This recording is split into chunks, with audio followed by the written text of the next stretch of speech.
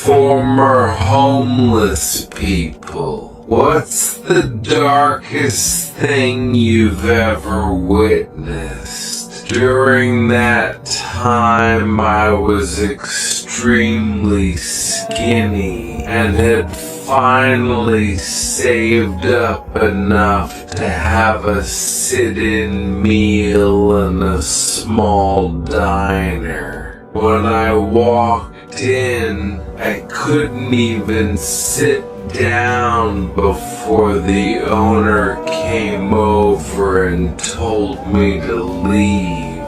He said he didn't want me scaring other customers off or making anyone uncomfortable. I was used